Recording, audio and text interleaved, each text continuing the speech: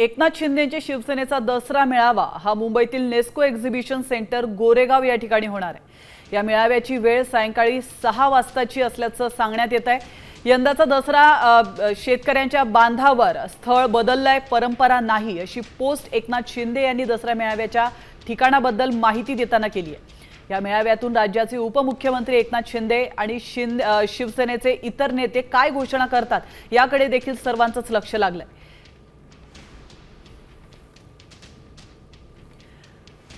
आणि या ठिकाणी आपले प्रतिनिधी सूरज मसूरकर थेट आपल्या सोबत जोडले गेलेले आहेत। सूरज, तुम्ही त्या ठिकाणी उपस्थित आहात, कुठपर्यंत ही तयारी पोहोचली आहे आणि कार्यकर्त्यांचं नेमकं काय म्हणणं आहे?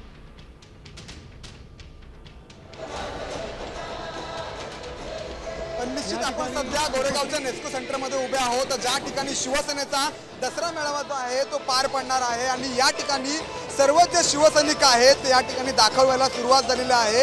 एक प्रचंड मोठा उत्साह जो आहे तो या सर्व शिवसैनिकांमध्ये आपल्याला या ठिकाणी पाहायला मिळत आहे। थोड्याच वेळात एकनाथ शिंदे जे आहेत ते या ठिकाणी दाखल होतील आणि आपल्या या सर्व पदाधिकाऱ्यांना मार्गदर्शन करणार आहेत। या आधी देखील एकनाथ शिंदे यांनी पदाधिकाऱ्यांना सांगितलेलं आहे की शेतकऱ्यांच्या बांधावर जाऊन आपण दसरा मेळावा साजरा करावा।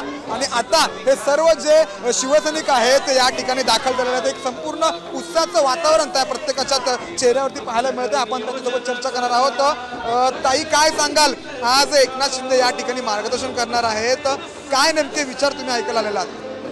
आमचे एकनाथजी शिंदे साहेब हे जेव्हा मुख्यमंत्री बनले ना तेव्हा असं वाटलं पूर्ण महाराष्ट्र हललंय।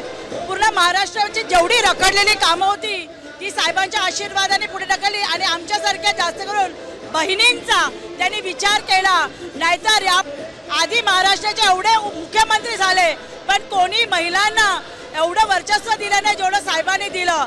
आम्ही सगळ्या महिला त्यांच्या नेहमी आभारी राहणार आहोत। आणि महिलाच नाही पण प्रत्येक गट, मग शेतकरी असून दे, गिरणी कामगार असून दे, पुरुष विद्यार्थी असून दे, आज मुलींना फी माफ करण्यामध्ये, उच्च शिक्षणाची फी माफ करण्यामध्ये पण साहेबांनी किती मोठा हातभार लावलेला आहे। असे आमचे साहेब आहेत। कारण मेन म्हणजे साहेबांनीचा जन्म हा कुठच्या उच्च घराण्यात नव्हता झाला पण एक सामान्य शेतकऱ्याच्या घरात झाला होता। जे लोक सोन्याचा चमचा घेऊन आले जन्माला त्यांना कळणार नाही दुःख, जेवढी दुःख लहान वर्गांना किंवा खाली आमच्यासारख्या मुंबईकरांना किंवा आपल्या इकडे स्लम एरियामध्ये राहणाऱ्यांना भोगायला लागतात, हे कष्ट साहेबांना माहिती आहे, शिंदे साहेबांना।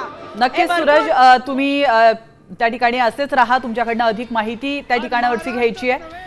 तर आपण पाहतोय दसरा मेळावा एकनाथ शिंदेंचा देखील होणार आहे आणि आता एकनाथ शिंदेंची कशी तोफ धडाडणार याकडे सर्वांचंच लक्ष लागलंय। आता isakal.com आहे देशातील नंबर 1 ची मराठी न्यूज वेबसाईट। प्रत्येक अपडेटसाठी isakal.com ला नक्की भेट द्या।